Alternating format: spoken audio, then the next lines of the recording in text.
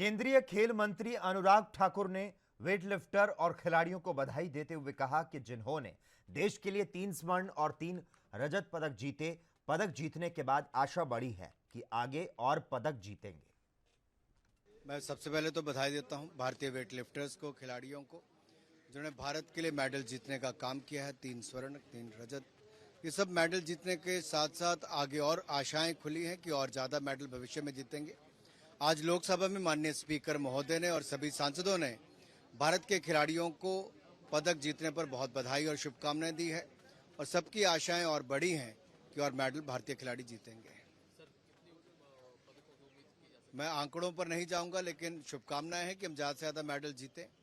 एक दुर्भाग्य ये भी रहा कि इस बार जिस तरह से कुश्ती और शूटिंग कॉमनवेल्थ गेम का हिस्सा नहीं है, तो पिछली बार जो मेडल वो आए थे वो इस बार कुल पदका में जो कुल मेडल्स आएंगे उसमें मेडल टैली में उतने तो कम होंगे, लेकिन कोशिश है कि बाकी खेलों में वो कमी को दूर किया जा सके। जब से मॉनसून सत्र चला है, विपक्ष मांग कर रहा है कि चर्चा हो।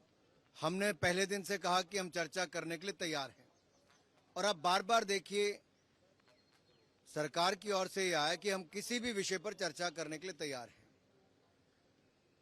महंगाई पर चर्चा आज लगी है, लेकिन विपक्ष आज तैयार नहीं है। इससे विपक्ष का चेहरा बेनकाब भी होता है कि ये लोग केवल हल्ला करने के लिए आते हैं, चर्चा करने में विश्वास नहीं रखते हैं।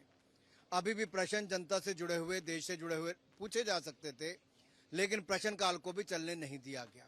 आखिरकार विपक्ष चाहता क्या है, देश की जनता भी ये जानना चाहती है और बाकी जो विपक्ष के कुछ लोग हैं, जो दल हैं, वो चाहते हैं कि क्या गिनी चुनी पार्टियां सदन में अवरोध पैदा करके रोज सदन नहीं चलने देती, तो ऐसा कितनी देर तक चलेगा। सर, लेकिन जब विपक्षी नेताओं से हम पूछते हैं कि सदन नहीं चल रहा है इतने शोर शराबे की वजह से, तो उनका जवाब होता है कि सदन चलाना सरकार की जिम्मेदारी है। सरकार रोज प्रश्नकाल में भी और प्रश्नकाल के बाद चर्चा में भी भाग लेने के लिए सदा उपस्थित रहती है।